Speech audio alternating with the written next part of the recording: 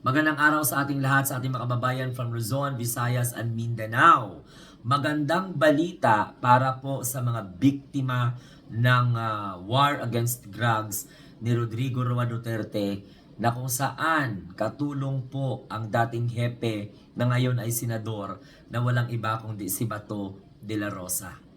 Kinalampag po ng ombudsman ang kalbo ni De La Rosa sapagkat ng trending po ang balita na nagpalabas po ng arrest warrant ang International Criminal Court laban kay Bato de la Rosa. So nag-trending din yung mga haka-haka na hindi po daw totoo. Pero marami ang natuwa kung sakaling po ito ay totoo. But bigyan ko kayo ng idea, mga kamunting tinig. Ako, hindi na ako magugulat na ilabas po ng International Criminal Court ang warrant of arrest dahil kasama naman po talaga si Bato de la Rosa at ilan sa mga sinampahan ng kasong kabilang po dyan na ay nagiging perpetrator ni former President Rodrigo Duterte sa pagpapatupad ng war on drugs. At yan ang naging dahilan kung bakit ang mga inosente ay nadadamay. At yung pamilya ng mga inosenteng nadamay sa war on drugs ni Rodrigo Duterte ay hindi na pumasikmura ang kasalanan at ang accountability ni Rodrigo Roa Duterte sa usapin na ganito. Kaya po, dahil sa inabuso niya ang karapatang pantao, kinasuhan po siya ng crime against humanity. So yung crime against humanity, hindi lamang po si Rodrigo Duterte ang nakasuhan doon. O, nabanggit pa nga natin, andyan si Albayalde, andyan si Bato de la Rosa, andyan si Senator Bongo, at lumabas din ang pangalan ni Sara Duterte.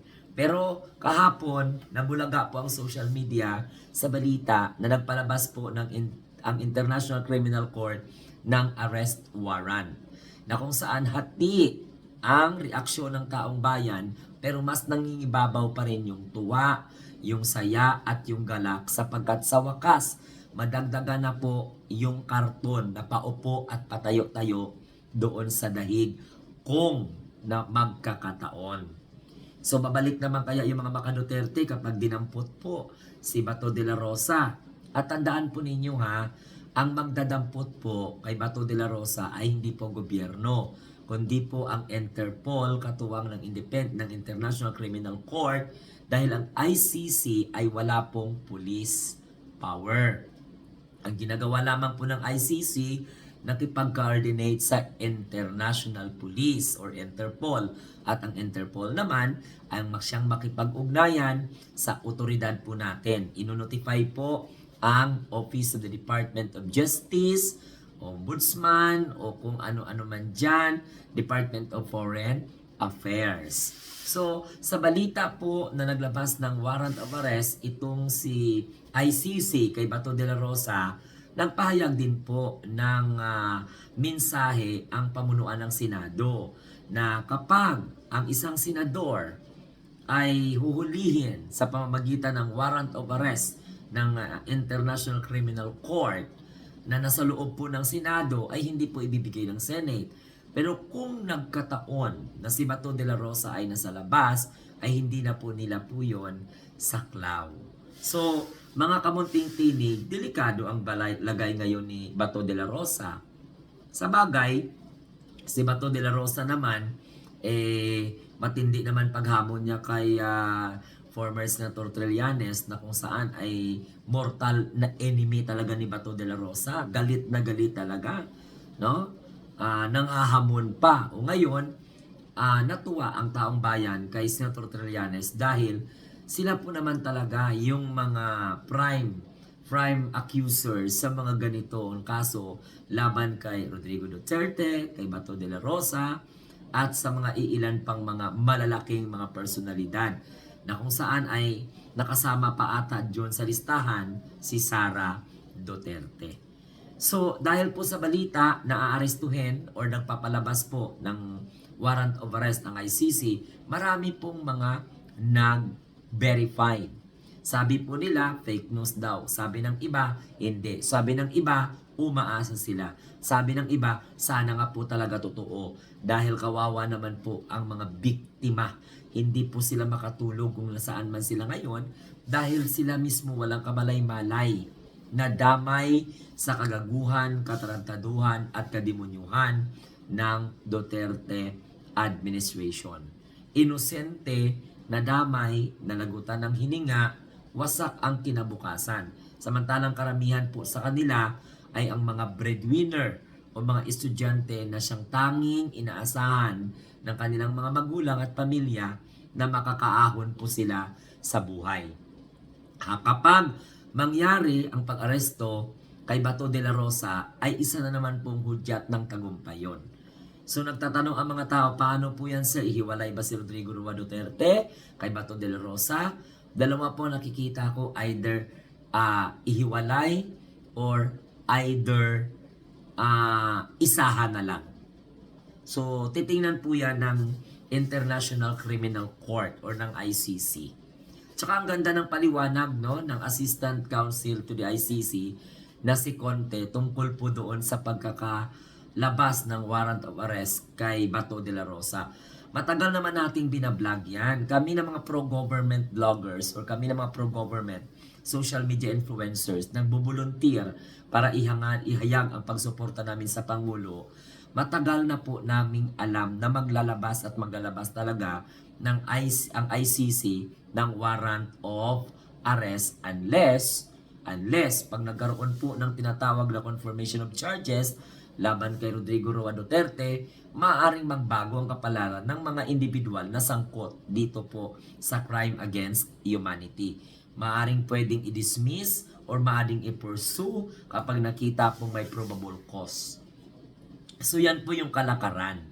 So abangan natin kung kailan po dadamputin dahil may element of surprise, no? May element of surprise po 'yan. Basta kami ng mga pro-government people, hindi na po talaga nagtataka na lalabas ang warrant of arrest kasi nga sabi nga ni Senator Trillanes, maybe near to the year end of this 2025. Ano pala ngayon? November, December. Ilang tulog na lang. Either first quarter of dadamputin na. O baka nga sa susunod na linggo, dadamputin na si Bato de la Rosa. Pero alam nyo, si Bato hindi nagpapakita ngayon. Ewan natin kung nasaan siya. Sa tingin po ninyo, magpapahuli ba si Bato de la Rosa ng buhay?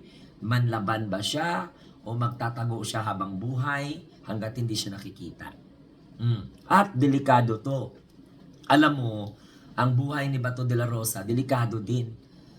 Sa pagkakadawit ng kanyang pangalan at paglabas ng warrant of arrest, dapat masecure itong si Bato de la Rosa. Kasi isa siya sa magiging basihan ng ICC para magdesisyon. Lahat ng kasama ni Rodrigo Roa Duterte, simba ko lang, baka sila po ang magpapatayan yan. Delikado po kasi may magtatraiduran yan eh. May magkakanta po yun. Naintindihan po ninyo? Kaya po ang situation ni Bato de la Rosa dahil nilabasan na ng warrant of arrest, delikado po to. Baka manggaling po ang threat sa kanyang mga kaalyado.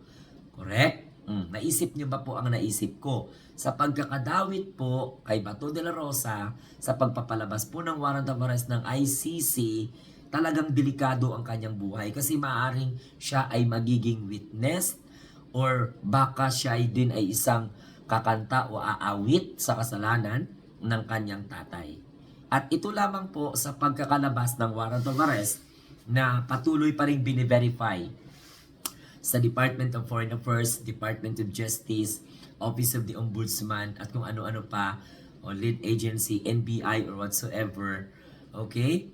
So, si General Torre babalik pa. O bumalik na si General Torre, tapos na yung kanyang leave of absence. So ano kayang mangyayari? Baka ang dadampot kay Bato de la Rosa ay si General Torre. So ngayon, ano ang magiging sa tingin ninyo ang hakbang ni Bato de la Rosa? Siya po ba ay magtatago o voluntaryong magsusurrender? Kasi isusurrender siya ng Pilipinas sa International Criminal Court sa pamamagitan po ng Interpol at pakikipag-coordinate po sa ating mga law enforcement agency dito po sa ating bansa. So congratulations kay Senator Trillanes, talagang pinatunayan talaga sa punto na ito na may talagang basihan si Senator Trillanes at matibay ang kanyang ebidensya laban po doon sa kay Rodrigo Duterte at mga kasamahan niya bilang mga perpetrator. So, good job. Despite of discontentment ng ibang mga maka-Duterte, abay, dapat wag nating ipagpalit ang ating pagka-Pilipino sa isa lamang senador na si Bato na hindi naman po talaga nagsisilbi sa bayan kundi kay Rodrigo. Okay? Nagets ninyo? Sige. Maraming salamat. Have a nice day and God bless everyone. At kung kayo po ay bago sa ating Munting Tin channel, huwag kalimutan mag-share and like and subscribe para mas lalo po tayong dumami na sumusuporta sa Pangulo at saka sa gobyerno. Mabuhay po ang bagong Pilipino sa bagong Pilipinas.